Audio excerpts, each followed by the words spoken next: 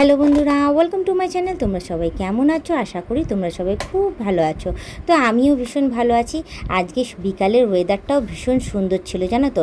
আর এই সন্ধ্যের থেকে শুরু হয়েছে ঝড়। তো যাই হোক, ঝড় তো হওয়ার পর তো এখন ঝড় তো শেষ হয়ে গেছে, একটু হাওয়া দিচ্ছে।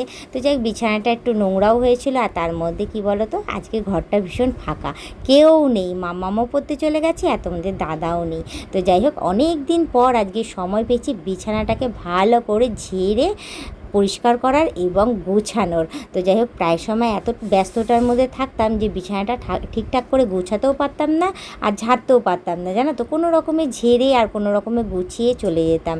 তো আজকে যেহেতু ঘরটা ফাঁকা পেয়েছি, বিছানাটা পুরো ফাঁকা, কেউ নেই, তো যার জন্য আমি কিছু সময়টাও পেয়েছি বেশ। তো যার জন্য আমি আজকে চলে এসেছি বিছানাটাকে ভালো করে ঝেড়ে নিয়ে পরিষ্কার করে নেবো। তারপর চারোদিকে যা যা আছে, হ্যাঁ, চাদরগুলো বেরিয়ে আসছে, সেই চাদরগুলোকে গুজে নেব। আর এদিকে দেখো, তোষকটাও বারবার ধরে নেমে যাচ্ছিলো, ওটাকেও আমি ঠিক করে নিচ্ছি। ঠিক করে নেওয়ার পর এদিকে আমার ঝ্যাঁটাটার যা অবস্থা, একদম ছোট হয়ে গেছে। আর শলা জ্যাঠা জানো তো, বের করতেও পারছি না, একদমই শলাগুলো ভালো পাওয়া যাচ্ছে না। তো যার জন্য এটা নিয়েই কাজ চালাতে হচ্ছে। আর বাইরে বেরিয়ে যে কিনবো, ওই প্লাস্টিকের ঝ্যাঁটাগুলো একদমই ভালো লাগে না। তো যাই হোক, আমি এখন এই শলা ঝ্যাঁটা দিয়ে ভালো করে ঝাড় দিয়ে নিচ্ছি বিছানাটা, কারণ এটা দিয়েই ভালোভাবে পরিষ্কার করতে পারি। তো এদিকে দেখো, শলাগুলোও খুলে আসছে, বারবার ধরে খুলে গিয়ে বারবার ধরে ঢুকাচ্ছে, আর বারবার ধরে বিছানাটাকে টান টান করে ভালো করে পরিষ্কার করে নিচ্ছি। প্রায় সময় আগে বিছানাটাকে আমি ভালোভাবেই গুছাতাম, ঝাড় দিতাম, হ্যাঁ, এতে ভালোই পরিষ্কার থাকতো। ইদানিং এত ব্যস্ত হয়ে পড়েছিলাম যে বিছানাটাকে ভালো করে ঝেড়ে গুছাতেই পারিনি।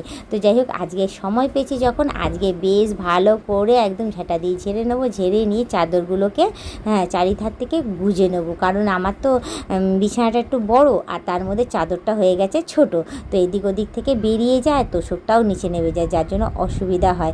আর ওরা যখন বিছানার ওপর থাকে না, একদম গোছগাছ করতে দেয় না, মানে আমি এদিক থেকে করতে থাকলে ওদিকে গুটিয়ে দেয়। তো যার জন্য আমার ভীষণ অসুবিধা হয়। ঘর ফাঁকা পেয়ে একদম বিছানাটাকে ঝেড়ে, হ্যাঁ, সমস্ত নোংরা ওই সাইডে ফেলে দিচ্ছি। ফেলে দিয়ে তারপর বিছানাটাকে ঝকঝক করে পরিষ্কার করে নিয়ে তারপর চলে যাব নিচটা পরিষ্কার করতে। তো চলো, এদিকে আমি বিছানাটা ঝাড়তে থাকি আর চাদরটা ওদিক দিয়ে ভাঁজ করতে থাকি। তো তার মাঝখানে তোমাদের একটা কথাই বলবো, তোমরা যারা নতুন দেখছো তারা অতি অবশ্যই আমাকে সাবস্ক্রাইব করে দিই, বেল আইকনটা টুক করে টিপে দিই, অল নোটিফিকেশানটা অন করে দিও।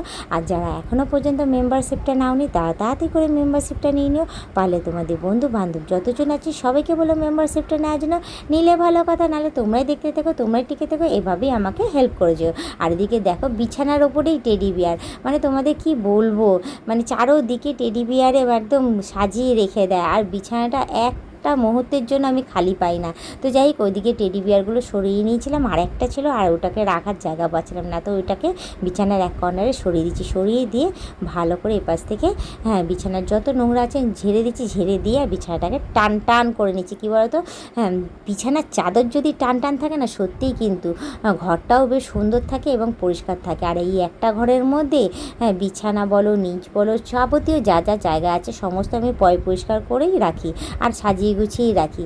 ইদানিং একদমই পাচ্ছিলাম না। আর ওদিকে দেখো না কী অবস্থা হয়ে রয়েছে আমার পুরো চাদরটার। তো যাই হোক, চাদর কিনতে যাওয়ার সময় পাচ্ছে না। একটা আছে আপাতত নতুন, কিন্তু ওই একটা কতবারই বা পাতবো। আর এই গরমের মধ্যে নতুন চাদর পাতলে পরে না বড্ড মানে অসুবিধা হয় গো। তো যাই হোক, আপাতত গরমের মধ্যে বেশ হালকা পাতলা একদম নরম চাদর পাতলে ঘুমাতেও সুবিধা হয়। তো এদিকে আমার বিছানা গোছানো কমপ্লিট হয়ে গেছে। চাদরটা একটু টান টান করে সামনের দিকটা একটু গুজে নিচ্ছি। তো যাই হোক, আজকের ব্লগ ভিডিওটা আমি এখানেই শেষ করছি। আবার অন্য দিন অন্য কোনো ব্লগ ভিডিও নিয়ে হাজির হয়ে যাব। আজকের মতো টাটা, বাই বাই, সুস্থ থেকে এভাবে আমাকে দেখতে।